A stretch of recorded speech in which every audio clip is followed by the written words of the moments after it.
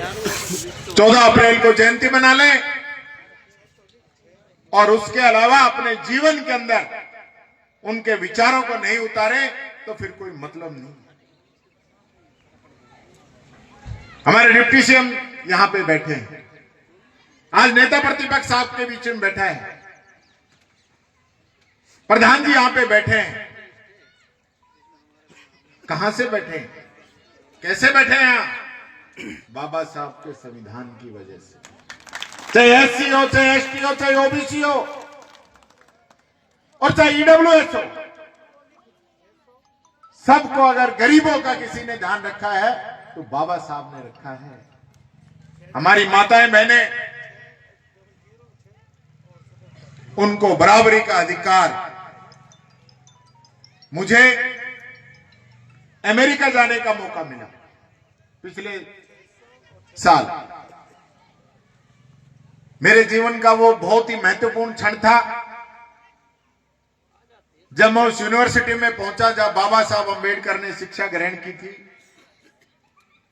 जहां बाबा साहब की प्रतिमा लगी हुई थी। उस देश के अंदर भी महिलाओं को बराबरी का अधिकार पाने के लिए 100 साल लगे, अमेरिका के अंदर 100 साल। और हिंदुस्तान के अंदर जिस दिन देश आजाद हुआ और जिस दिन इसका संविधान लागू हुआ, उसी दिन महिलाओं को बराबरी का हक दिलाने का काम बाबा साहब अंबेडकर ने किया। आप समझ सकते हैं उस व्यक्ति की सोच, उस व्यक्ति की ताकत, उस व्यक्ति के सिद्धांत, जिसने कभी परिवार का ध्यान नहीं रखा। उसने कहा मेरा परिवार मेरा समाज है। और आज क्या स्थिति है, हम सब कुछ सक्षम होते हुए भी हम बाबा साहब के 3 मूल मंत्र हैं, क्या उनकी पालना करते हैं?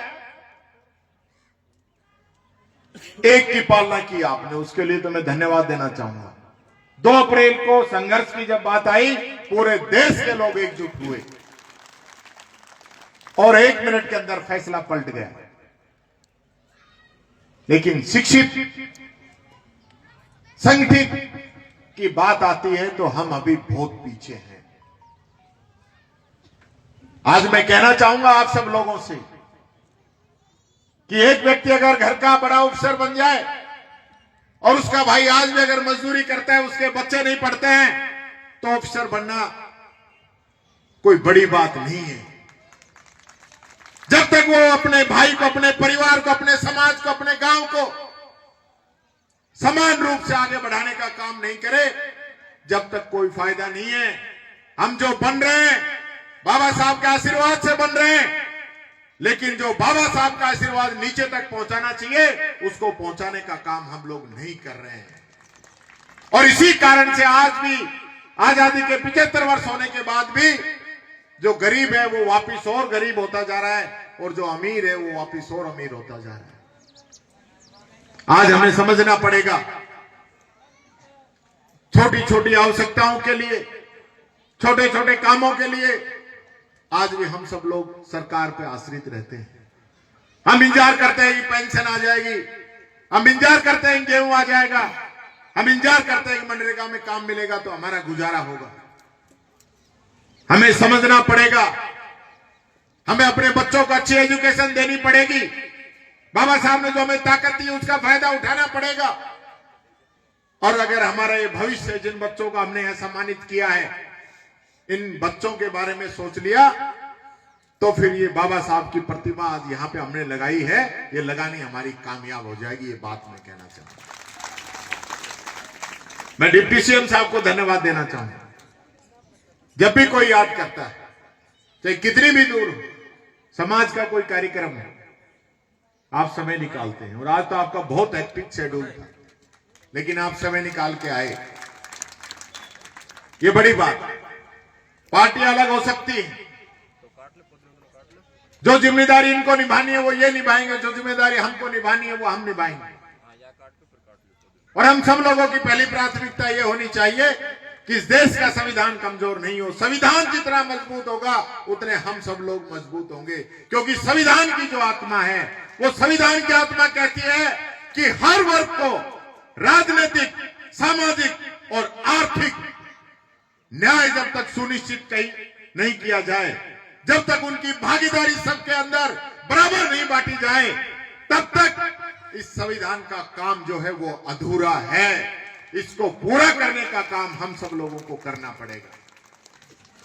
मैं ज्यादा लंबी बात नहीं कहूंगा, क्योंकि डिप्टी सीएम साहब भी जाएंगे, समय भी बहुत हो गया, सुबह से आप सब लोग लगे होंगे। मैं धन्यवाद रामेश जी को देना चाहूंगा, जो डिप्टी सीएम साहब के एक बार कहते ही आपने जो घोषणा कर दी कामों, मेरे कहने से भी करिए, ये अच्छी बात है कि हमारे थोड़े से कहने से, क्योंकि अब मेरा भी जो है बजट यहां लग नहीं सकता, नियम नहीं है, बदल लेंगे। देख लो, मैं फिर कह रहा हूं, नियम बदलते देर नहीं लगाएंगे। हम चाहते हैं काम नियम से ही होना चाहिए। ये जो सड़क है जिसके लिए आप कह रहे थे कि भाई वो एनओसी, अब देखो इससे बड़ी ताकत फॉरेस्ट की तो आ नहीं सकती। राजस्थान को मंत्री हमारे पास और हिंदुस्तान को मंत्री हमारे पास, और फिर भी अगर वो नियम ना बदलवा इसको, हाँ तो कह दिए इन्होंने, उस सड़क की भी कह दी है, फॉरेस्ट वाले की भी बनवाएंगे, घोषणा करने की कह रहे हैं। आपके बिहाफ पे मैं घोषणा कर रहा हूं, वो सड़क आपकी बनेगी। क्योंकि आज भी हम जिन कामों के लिए रिक्वेस्ट करते हैं, मैं सोचता हूं कि हम लोग आज भी, जब आजादी का 75 वर्ष मनाने के बाद भी हम आज सड़क मांग रहे हैं, काम मांग रहे हैं। और अगर हम शहर में जाके देखेंगे या दूसरी जगह जाके देखेंगे या अन्य समाज के बड़े गांवों में जाके देखेंगे, तो ये सुविधाएं आज से 10 साल, 20 साल, 50 साल पहले पूरी हो चुकी है, जिनको हम आज मांग रहे हैं। इसलिए जितने भी लोग यहां पे उपस्थित हैं, उनसे कहना चाहूंगा, मेरे से पूर्व वक्ताओं ने एक बात कही थी, समाज के अंदर जो कुरीतियां हैं उनको छोड़ने की। क्या छोड़ना चाहते हो? समाज की जो कुरीतियां हैं उनको खत्म करना चाहते हो ना? तो सबसे पहले बताओ, शराब कौन कौन छोड़ना चाहता है? क्या उठाओ हाथ, उठाओ। कम उठे साहब, कम उठे। जो ना पी रहे वो भी उठा सके। हाँ, ये हुई बात, मैं भी नहीं पीता हूं। मैं इसलिए ये बात बोला हूं कि हम जब से जितना भी ज्ञान बांट रहे हैं, सब महिलाओं को बांटते हैं कि हमारे माताएं बहनें ध्यान दे बच्चों की शिक्षा पे, ये कराएं वो कराएं। लेकिन आज भी जो हालत है ना, कि क्या बच्चियों को पढ़ाएं, क्या करें, जब शाम को जाए, जब पी के दैनिक सारा पूरा दिन की जो मेहनत है वो सब बर्बाद कर देता है। ये हमें समझनी पड़ेगी इस बात। ये सबसे बड़ी बीमारी है, घर को भी खा रही है, शरीर को भी खा रही है। इसको छोड़ने का काम कीजिए, ये निवेदन आप लोगों से करना चाहूंगा। आप सब लोगों ने बुलाया, मान सम्मान दिया, हमारे सभी अतिथि सबका, जिनका नाम नहीं ले पाया उनका भी मैं यहाँ पे बहुत स्वागत और अभिनंदन करता हूँ। बहुत बहुत धन्यवाद। जय हिंद, जय भारत, जय भीम।